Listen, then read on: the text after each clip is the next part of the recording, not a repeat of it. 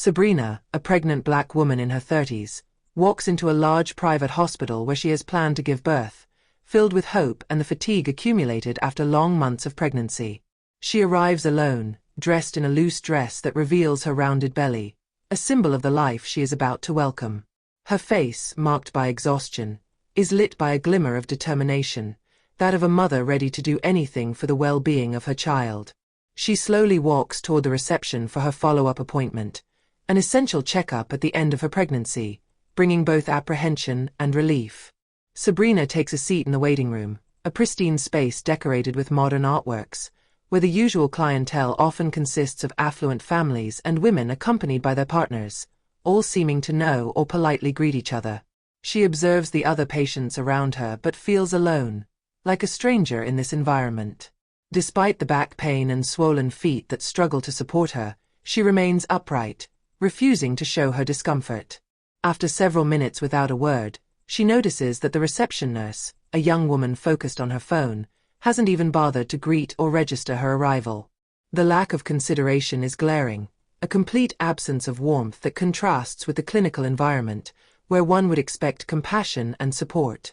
Sabrina takes a deep breath before getting up and slowly heading toward the reception. Once in front of the nurse, she calmly addresses her, explaining that she is there for her follow-up appointment. The nurse barely lifts her eyes from her screen, casting a cold glance at her before responding in a curt and dismissive tone. "You'll have to wait, like everyone else." The words echo in Sabrina's mind like a cold barrier, pushing her even further away from the other patients. A wave of frustration rises within her, but she chooses to remain dignified, not reacting impulsively. She returns to her seat, her mind in turmoil, trying to stay calm for the sake of the child she is carrying. After a long wait, during which Sabrina watches the minutes drag on interminably on the wall clock, she finally resolves to get up and ask, with a politeness tinged with exhaustion, if her turn is coming soon. Her voice is soft, almost hesitant, yet firm. She hopes this time her need will finally be heard. The nurse looks up with irritation, as if this simple question is an unforgivable intrusion in her routine. She responds in a sharp tone, eyebrows furrowed, bluntly implying that Sabrina should be more patient. "Your case isn't urgent, do you understand?" she adds with barely concealed disdain, as if Sabrina were guilty of simply wanting to know how much longer she would have to endure this wait. Sabrina, however exemplary her calm, feels this response as another slap in the face, yet another manifestation of the indifference weighing down this establishment, which is supposed to care for patients without discrimination. She merely lowers her eyes, clenching her hands to contain the emotion rising within her. But despite all her efforts to hide her distress, tears of exhaustion and frustration well up in her eyes. The fatigue of pregnancy, physical pain, and emotional hurt blend together, threatening to burst through her dignity, which has supported her until now. The scene doesn't go unnoticed. In the waiting room, a few other patients, previously absorbed in their own concerns, begin to pay attention to the silent injustice unfolding before them. Whispers rise, discreet but persistent. A middle-aged woman exchanges an outraged glance with her neighbor. A young man, sitting near the door, shakes his head, appalled. In their eyes is a recognition of the injustice of this scene, a contained indignation at the inhumanity Sabrina is facing. Sabrina feels this wave of silent but palpable support and finds in this solidarity the strength to stay standing. She slowly returns to her seat, taking a deep breath, determined not to let this ordeal shake her resolve.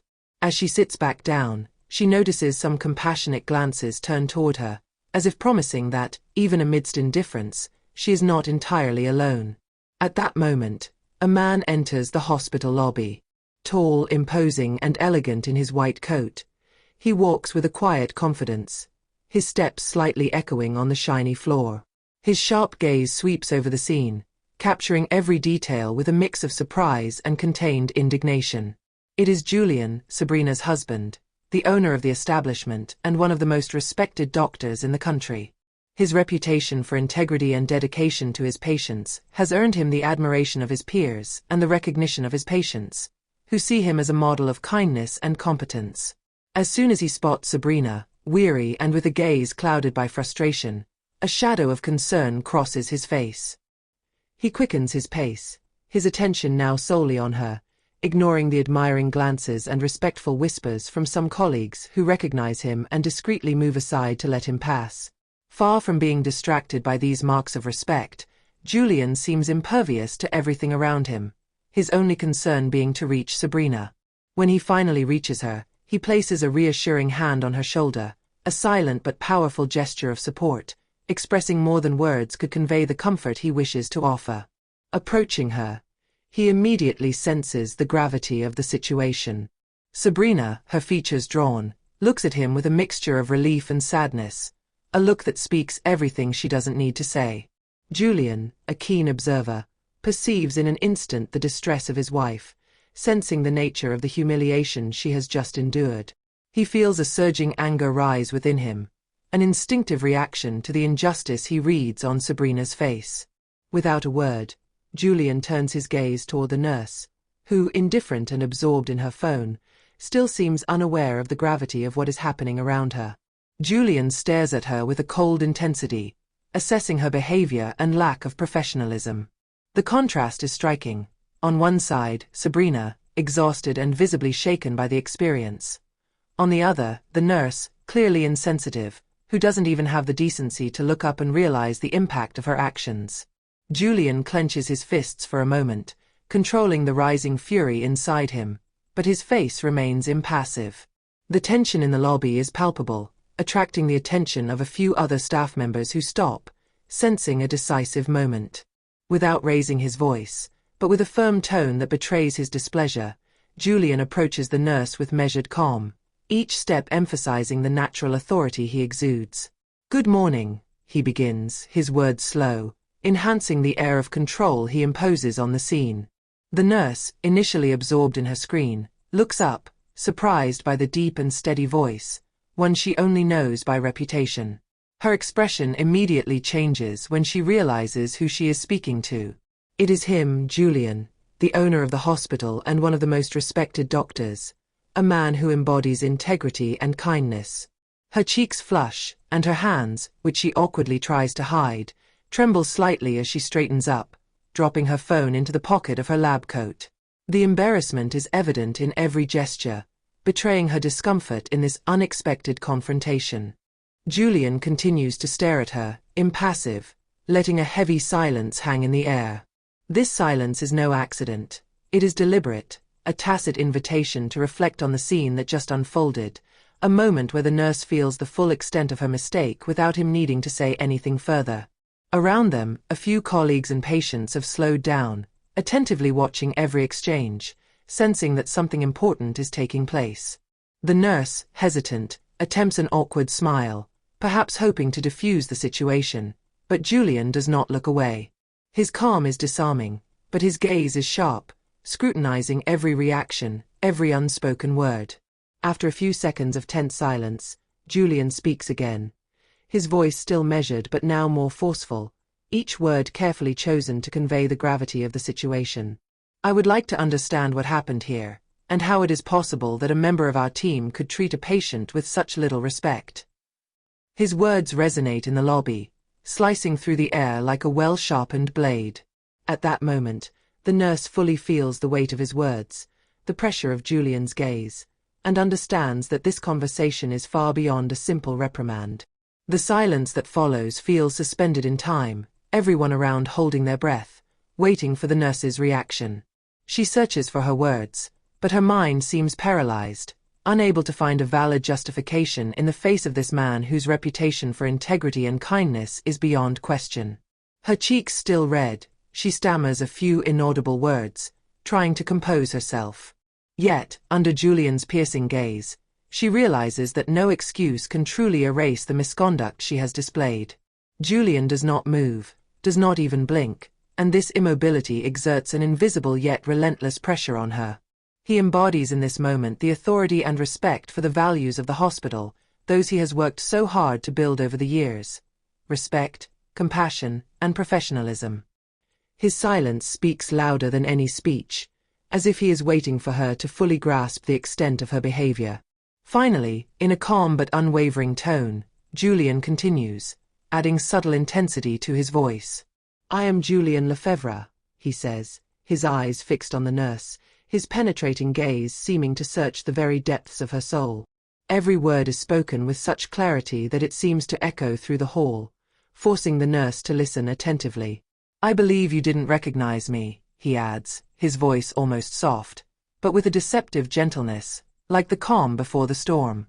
He pauses deliberately, allowing the information to fully sink in. The nurse, frozen, feels a wave of panic spread through her, each second of silence heightening the gravity of the situation. She already senses what is to come, but remains powerless, her words completely escaping her. "I am the owner of this hospital, and also the husband of the patient you chose to ignore," he continues, each syllable sharp and precise. The revelation hits the nurse like an electric shock, and her face goes pale. She fully realizes the extent of her mistake, and the humiliation strikes her full force. Her confidence shattered, she lowers her eyes, her hands visibly trembling. Julian remains silent for a moment, letting the weight of his words hang in the air as a stark reminder of the empathy and professionalism he values. Then, after a long pause, he continues in a controlled voice. "In this hospital, we not only care for our patients' physical health but also their dignity. If you are unable to represent these values, it might be wise to reconsider your position here." Around them, a few employees have stopped, silent witnesses to this exchange that serves as a reminder to all of what it means to work under Julian Lefebvre's leadership. The whispers in the lobby have ceased, and a palpable atmosphere of tension has settled. Everyone holds their breath, aware that this moment could be crucial for the culture of respect and dignity that Julian strives to promote within the hospital. The nurse, realizing the extent of her mistake, understands that her future in the institution may depend on her immediate reaction. Her thoughts become muddled as she desperately tries to form an apology. She stammers out barely audible words, the syllables blending in a confused stream, while the red flushes her cheeks, creating a striking contrast with her white coat. She feels the warmth of embarrassment overwhelm her, each passing second intensifying her discomfort. "I'm really sorry, Dr. Lefebvre," she finally manages to say, her trembling voice betraying her distress. "I should never have." But her words fade into a barely perceptible murmur, while Julian gazes at her with an intensity that leaves no room for excuses. The eyes of her colleagues move from the nurse to Julian, observing with a mix of curiosity, admiration, and concern. Some nod, aware of the need to maintain high standards, while others exchange glances, realizing how crucial this reprimand is in an environment where compassion should come first. Julian, impassive, lets the silence linger a few moments longer, allowing his words to sink into the minds of everyone present. Finally, he breaks the silence, his voice taking on a more empathetic but still firm tone. "I understand that we are all human and mistakes can happen, but it is essential that we learn from them. I encourage you to deeply reflect on the impact your behavior has on our patients." The nurse nods, her eyes filled with remorse, while the tension in the hall slowly begins to dissipate. The employees, relieved by the potentially reconciliatory outcome, exchange murmurs, recalling Julian's vision for an environment where every individual, patient or staff, deserves to be treated with respect. The scene becomes a moment of collective learning, a reminder that every interaction counts and that respect is at the heart of their mission.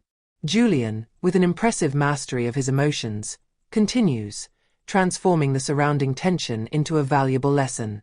"You know," he says without a trace of anger apparent, but with a cold tone that seems to pierce the air, "we are here to care for every patient with dignity and respect, regardless of their appearance, their name, or their story.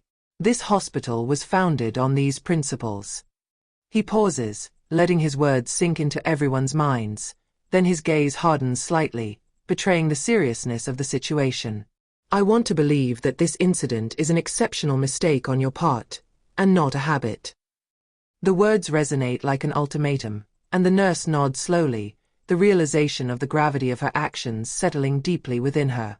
The other employees, though initially focused on the nurse, begin to realize that this moment goes far beyond a simple reprimand. It is a call to embrace a culture of excellence and compassion. Julian continues, his voice taking on a softer yet no less serious tone. "Every day, we have the opportunity to make a difference in our patients' lives. Every smile, Every gesture of understanding can change the course of their day, or even their life. As healthcare professionals, we have that responsibility. And if we start making exceptions, even for one person, it can quickly become the norm. His words carry undeniable weight, and the nurse, visibly moved by his speech, feels a wave of emotion overwhelm her. The other staff members, touched by Julian's sincerity, exchange meaningful glances, realizing that they must all ensure they embody the values that underpin their vocation. Julian finally concludes with firm conviction, "We cannot afford to be indifferent. Every patient who enters this hospital must feel valued, and it is our duty to make that a reality. I encourage you to reflect on what you can do to ensure that everyone who walks through our doors is greeted with the respect they deserve." At these words, the nurse, visibly emotional, responds with sincerity, "I understand, Dr. Lefebvre. I commit to changing and ensuring that this never happens again." Julian nods, a glimmer of approval in his eyes. "That's all I ask. Let's learn together from our mistakes, so that we can continue building an environment where dignity and respect are not just expectations, but lived realities." The hall, once tense, then becomes a space of solidarity and commitment, each staff member aware of their vital role in the hospital's mission. This moment, transformed into a collective lesson, will instill a renewed spirit of unity and dedication in the team, ready to face the challenges ahead with renewed determination. Julian turns to Sabrina and extends his hand with palpable tenderness, his gesture imbued with a softness that instantly comforts her. He helps her rise, his fingers delicately wrapping around hers, and whispers reassuring words, silent promises of love and protection. "It's going to be okay, my dear. I'm here for you as always," he murmurs, his voice both soft and determined. He then guides her toward the consultation room, his step firm and reassuring, but not before casting one final look at the nurse, who, humiliated, remains frozen at her desk, her face pale from the revelation. When the door to the consultation room closes behind Julian and Sabrina, a respectful silence falls over the hall. The patients present, moved by the scene, exchange glances filled with respect and admiration for the man who has defended his wife with dignity and firmness. An elderly man sitting in a corner turns to a young woman beside him and whispers, "That's a real man. He doesn't hesitate to defend what's right." His comment echoes through the room, prompting nods of approval. The murmurs of the other patients reveal a collective sense of outrage at the injustice they have witnessed. Each one feels comforted by Julian's courage, a glimmer of hope in a system that can sometimes feel cold and dehumanized. The lesson is clear. In this hospital, compassion and equality are not empty words but values embodied by those who work here, and Julian, in addition to being a respected doctor, is a man who does not hesitate to defend those he loves. Inside the consultation room, Julian takes care of Sabrina, inviting her to sit in the plush chair facing the doctor. He ensures she is comfortable, then turns to the practitioner to discuss her condition. The doctor, a colleague of Julian, warmly greets Sabrina and asks how she is feeling. The contrast with the experience she just had is striking. Here she is greeted with respect and consideration, as she truly deserves. As they review the results and discuss the next steps, Julian never takes his eyes off his wife, making sure she feels supported every moment. He gently takes her hand, holding it affectionately, ready to help her through this crucial step in their life together. In this moment, Sabrina realizes how lucky she is to have Julian by her side, a partner who understands the importance of compassion and dignity, not just in the medical profession, but also in their shared life. On the other side of the door, in the hospital hall, the nurse, still shaken by Julian's intervention, begins to realize the impact of her actions. She sits down, her face flushed with shame, reflecting on how she could change her approach to treating patients, learning from this experience so that she never repeats the same behavior. The voices of the patients who had murmured behind her back reach her ears, serving as a reminder of the importance of empathy in her profession. That day, a small spark of change is ignited in the heart of everyone, and the hospital becomes a place where kindness and respect are now at the center of every interaction, a place where every patient, regardless of their background or status, deserves to be treated with humanity.